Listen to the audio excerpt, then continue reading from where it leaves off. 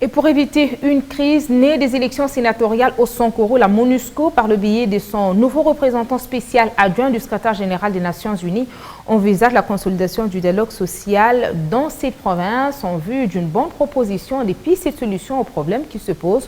François Grignon l'a dit au sortir de son entretien avec le président du CENSA. On l'écoute au micro de Félix Matoudi.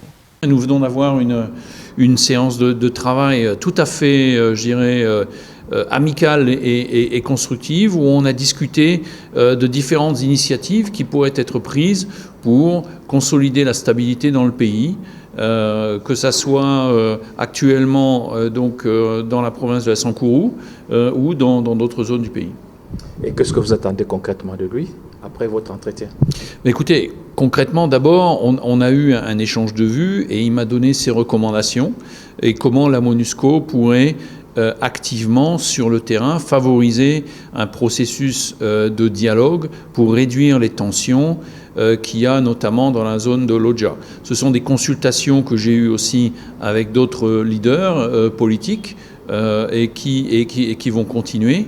Nous voulons nous assurer que toutes les opportunités sont saisies pour consolider la stabilité actuellement du pays et notamment dans les provinces où vous avez parfois des tensions.